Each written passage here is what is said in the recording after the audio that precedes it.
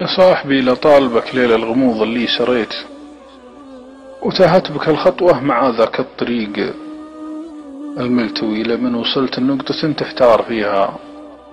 ما دريت انت على درب الخطا ولا على الدرب السوي. ثنبارة الخوة وضاعت حقوتك في من حقيت، وبنت ملامح من تظن انه لك حزام، وخوي وانهدت صروح الطموح اللي من اوهامك بنيت اللي تظن انها لياجار الزمن ما بتهوي. وافلست من جمع السنين اللي جمعت ولا خذيت من رحلتك غير القهر ولا انهزام المعنوي، وباقي جروح من مشاوير الحياة وما مشيت ولون المشيب اللي كساوج هالشباب المرتوي لمن وقفت تراجع اوراق الزمان اللي قضيته ونفسي كبدك من احوالك مثل اذعلكوي. في وقتها تعرف وش اللي من صداقاتك جنيت، حتى اتمنى لو قضيت العمر كله من زوي. لكن هنا ما ينفعك يا صاحبي قولة يا ليت، ما راح ومنتهى من صفحة ايامك